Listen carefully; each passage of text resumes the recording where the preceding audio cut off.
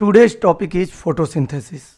You know, photosynthesis is a unique process. Photosynthesis ही वह process है जिसके थ्रू प्लांट्स अपना फूड बनाते हैं और हम सबको फूड मिल पाता है। आप देख पा रहे होंगे फोटोसिंथेसिस का जो प्रोसेस है mainly it occurs in their leaves, यानी लीव्स को हम food factory of the plants भी कह सकते हैं। जो फोटोसिंथेसिस प्रोसेस है वो लीव में ही कंप्लीट होता है, लीव के थ्रू ही खाना बनाया जाता है प्लांट्स के लिए। तो हम कह सकते हैं कि जो लीव्स हैं वो फूड फैक्ट्री हैं प्लांट्स की।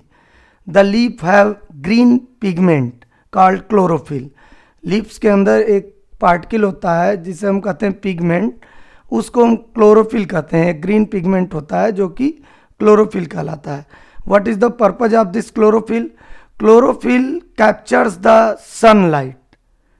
जो क्लोरोफिल है वो सनलाइट की एनर्जी को कैप्चर करता है and this energy is used by the plant to synthesize their food by using carbon dioxide and water. अब देखिए कार्बन डाइऑक्साइड अब प्लांट कहाँ से पाएगा? तो प्लांट के अंदर जो ये टीनी पोर्स होते हैं, ठीक है, plants take carbon dioxide from the atmosphere. Carbon dioxide enters the leaf through teeny pores present on the surface of leaves। Leaves के सरफेस पर ये छोटे छोटे पोर्स होते हैं, होल्स, जिन्हें हम कहते हैं स्टोमेटा। ठीक है, इन स्टोमेटा के थ्रू जो लीव है वो CO2 को एब्जॉर्ब करता है, कलेक्ट करता है।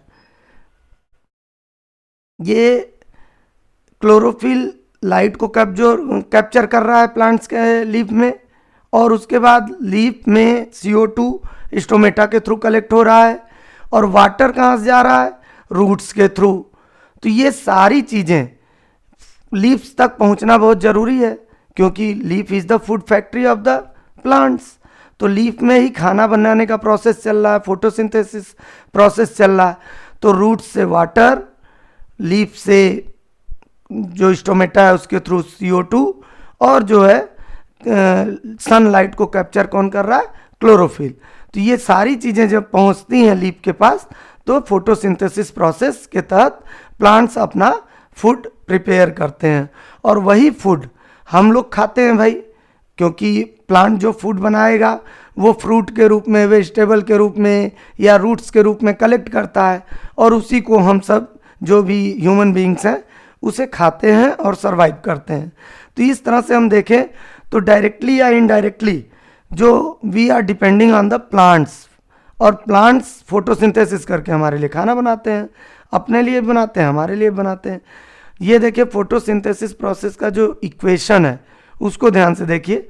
तो क्या चाहिए? कार्बन डाइऑक्साइड प्लस वाटर, किसके प्रेजेंस में? सनलाइट के प्रेजेंस में और क्लोरोफिल के प्रेजेंस में। ये जब प्रोसेस स्टार्ट होता है तो रिजल्ट में हमें क्या मिलता है? Glucose plus oxygen. ग्लूकोज जो हमारा फूड मटेरियल है, फ्रूट, वेजिटेबल, रूट्स जो भी हम खा रहे हैं, that is known as glucose, और ऑक्सीजन जिससे हम सांस लेते हैं। तो ये सारी चीज़ें फोटोसिंथेसिस प्रोसेस के थ्रू प्लांट्स बनाते हैं। तो एक बार फिर बात कर लेते हैं कि फोटोसिंथेसिस के लिए कौन कौन से रॉ मटेरियल्स इंपॉर्टेंट हैं। What are the raw materials necessary for the photosynthesis? तो फोटोसिंथेसिस के लिए सबसे ज़रूरी चीज़ है भाई सनलाइट, सबसे इंपॉर्टेंट है। लेकिन यहाँ बात करते हैं CO2, it is also a important raw material जो कि प्लांट एटमॉस्फेयर से प्राप्त करता है। तो एटमॉस्फेयर से कैसे लेगा? लीव्स में जो टीनी पोर्स होते हैं जिनको हम स्टोमेटा कहते हैं, उसके थ्रू प्लांट CO2 कलेक्ट करता है, और ये स्टोमेटा देखिए गार्ड सेल से घिरी होती हैं, उनकी रक्षा के लिए ये सेल्स होती हैं। उसके बाद दूसरा है रूट से वाटर और मिनरल एब्जॉर्ब करता है प्लांट। आप देख पा रहे होंगे this is the process to absorb the water and minerals, और इस तरह से वाटर मिनरल लीव्स तक पहुंचते हैं। और तीसरी चीज़ है सनलाइट। भाई सनलाइट बहुत इंपॉर्टेंट है, उसके प्रेजेंस में ही फोटोसिंथेसिस प्रोसेस होगा। क्यों? क्योंकि जो सनलाइट है उसको कैप्चर कौन करता है? लीफ के अंदर जो क्लोरोफिल है, ग्रीन पिगमेंट, तो वो सनलाइट को कैप्चर करता है और उसी सनलाइट को प्लांट यूज करता है फूड आइटम्स बनाने के लिए। तो आई होप कि आपको समझ में आ गया होगा कि फोटोसिंथेसिस प्रोसेस कैसे काम करता है। अगर वीडियो अच्छा लगा ज़रूर लाइक करें, शेयर करें और चैनल पर नए हैं तो सब्सक्राइब करें। Thank you for watching the video.